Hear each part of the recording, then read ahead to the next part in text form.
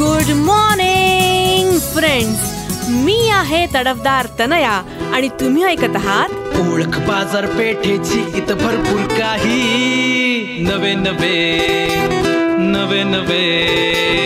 या friends. Kidney हा आपल्या शरीराचा अत्यंत महत्त्वाचा भाग आहे. 15-20 वर्षांपूर्वी किडनी फेलियरची केस हार्डली 100त एखादी असायची, पण आजकाल ते प्रमाण खूप जास्त वाढलेलं आहे. आता तुम्ही विचारत पडला असाल की आज ही किडनी विषयी का बोलते, तर सांगते. नुकताच वर्ल्ड किडनी डे पार पडला.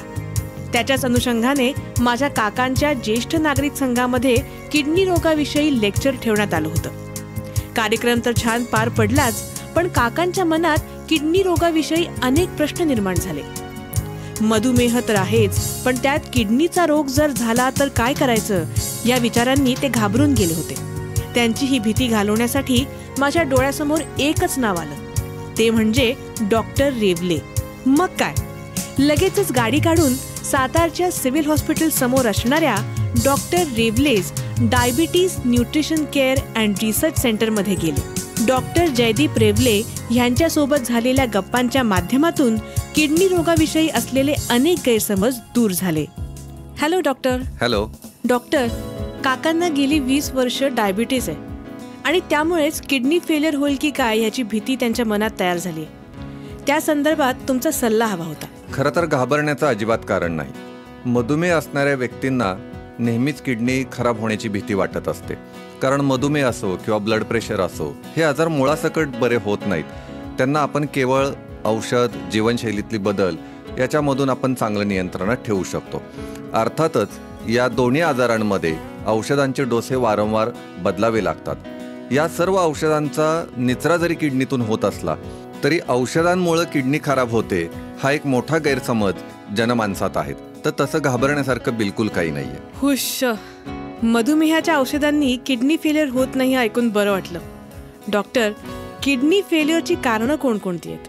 मी मगाशी सांगितल्याप्रमाणे किडनी फेल्युअर होण्यापाठीमागं उच्च अनियंत्रित रक्तदाब किंवा अनियंत्रित मधुमेह ही 2 खरं तर महत्त्वाची कारणे आहेत. परंतु या व्यतिरिक्त सुद्धा पाणी कमी पिणे, वारंवार मुतखडा होणे, वारंवार लघवीमध्ये इन्फेक्शन होणे किंवा काही दुर्मिळ आजार असतात ज्याच्यामध्ये किडनीला फुगे येणे, अशा पद्धतीच्या आजारांमध्ये किडनी फेल होण्याची किंवा खराब होण्याची शक्यता असते. या व्यतिरिक्त सगळ्यात महत्त्वाचं म्हणजे किरकोळ आजारांसाठी आपण डॉक्टरांच्या सल्ल्याशिवाय जेव्हा वारंवार पेनकिलर घेतो तेव्हा पेनकिलरमुळे किडनी खराब होण्याची शक्यता नेहमीच जास्त असते. ओ अच्छा. हे सगळं जरी असलं तरी किडनीच्या विकाराचं योग्य वेळेत जर निदान झालं तर पेशंट पूर्णपणे ठणठणीत बरा होतो आणि किडनीचे रिपोर्ट्स पुन्हा नॉर्मल होऊ शकतात. त्याच्यासाठी 2 अगदी साध्या पण महत्त्वाच्या टेस्ट आहेत. ओके, त्या टेस्ट कोणत्या? याच्यात सर्वात महत्त्वाची आणि पहिली टेस्ट म्हणजे UACR टेस्ट. तर UACR ह्या टेस्टमध्ये आपण पेशंटचं लघवीचं सॅम्पल चेक करतो. लघवीमधून किती प्रथिने जातात हे आपण पाहतो. ही अतिशय साधी तपासणी आहे. याच्यामध्ये रुग्णाला उपाशीपोटी राहावं लागत नाही. यामध्ये किडनीची कार्यक्षमता लक्षात येते. तर UACR ही टेस्ट खूप महत्त्वाची आहे. म्हणजे किडनीला अगदी किरकोळ जरी इजा झाली असली तर सूक्ष्म प्रथिनांची गळती वाढते. त्यामुळे UACR या टेस्टमधून आपल्याला किडनीचा आजार हा अगदी लवकरात लवकर पिकअप करता येतो किंवा तो पकडता येऊ शकतो. अच्छा. यातली दुसरी जी टेस्ट आहे याला आपण सीरम क्रिएटिनिन म्हणतो. ही टेस्ट रक्ताच्या सॅम्पलमधून केली जाते आणि ही अतिशय कमी खर्चामध्ये होणारी तपासणी आहे आणि ही सर्वसाधारण कोणत्याही लॅबोरेटरीमध्ये सहज उपलब्ध असते. ही टेस्ट किमान वर्षातून 2 वेळा रुग्णांनी करायला हवी. That's great. डॉक्टर, आपण काकांच्या या दोन्ही तपासण्या करून घेऊया. मी फोन करून अपॉइंटमेंट घेऊन येईन. मला तुमचा नंबर देता का? लिहून घे. 90 21 28 45 70.